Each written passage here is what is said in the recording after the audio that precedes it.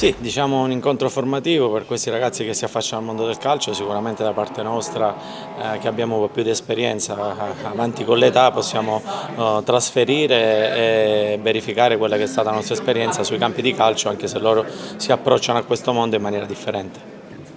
Sì, diciamo che fa sempre piacere incontrare addetti ai lavori, dal direttore Perinetti al mister Ballardini, Alberto Girardino, ci siamo spesso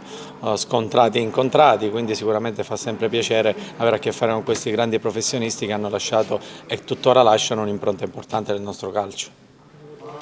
Sì, diciamo che sono cambiate tante cose dalla presidenza alla categoria, quindi mi auguro al più presto che il Palermo possa risalire e possa tornare, diciamo, nelle categorie che gli competono. Chiaramente è difficile in questo momento il calcio, come tutto il mondo, attraversa un periodo difficile, quindi ci vorrà del tempo e pazienza affinché questi risultati possano arrivare e migliorare. Sì, mi auguro che presto possa cambiare un po' la situazione. Io negli anni che ho giocato in Serie A, giocavo a Reggio o a Messina, c'era Reggina, Messina, Catania, Palermo in Serie A, quindi oggi per vedere una partita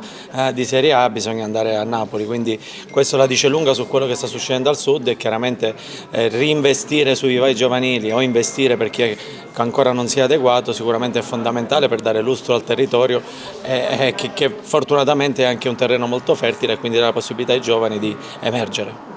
Chiaramente quando la nazionale italiana sceglie Palermo lo fa appunto per il calore, per l'affetto da parte dei tifosi, quindi il fatto che coincida con la riapertura degli stadi al 100% sicuramente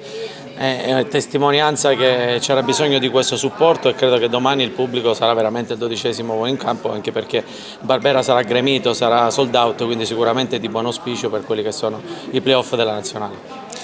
Chiaramente grandissimo presidente che ha fatto veramente tanto a Palermo, per il Palermo e per la città, quindi sicuramente a prescindere da come è andata a finire gli ultimi anni che purtroppo sono collimati con l'infallimento, credo che è stato il presidente Lungimirante che ha portato lustro alla maglia del Palermo alla finale di Coppa Italia per parlare dei campioni del mondo che hanno militato in quegli anni nel Palermo, quindi sicuramente è un presidente che vanno fatti tanti applausi per tutto veramente quello che ha fatto per Palermo e il Palermo. Io ho vissuto 5 anni a Napoli, quindi conosco molto bene la piazza, le pressioni che ci sono a livello mediatico, a livello di tifoseria, a livello societario, quindi sicuramente oggi il Napoli si è seduto prepotentemente al tavolo delle pretendenti per la vittoria finale e credo che queste ultime partite la diranno lunga per chi la spunterà, ma credo che il Napoli insieme al Milan e all'Inter le vedo favorite alla vittoria finale. Diciamo che ho iniziato da 5 anni sotto le vesti, o meglio, nelle vesti dell'allenatore, quindi ho iniziato al settore giovanile a Trapani dove ho fatto 2 anni, l'anno scorso allenavo il Savoia che è stato antagonista del Palermo in Serie D e quindi diciamo, questa mia nuova veste da allenatore è quella che la faccio più mia e spero in futuro di riniziare una carriera luminosa e rosea come quella da calciatore. Le piacerebbe tornare in Sicilia? Molto, sì, mi piacerebbe allenare il Palermo, mi piacerebbe far parte della società del Palermo appunto per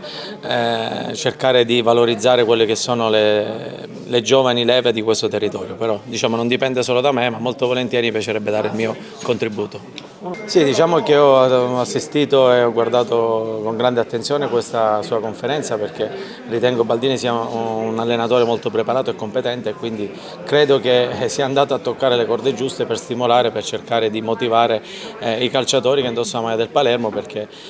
diciamo, non è plausibile il fatto di disputare partite in casa top e andare fuori casa e tornare quasi spesso a mani vuote, quindi da tutta la sua esperienza credo che Baldini abbia voluto sollecitare, stimolare e motivare i calciatori nel migliore dei modi.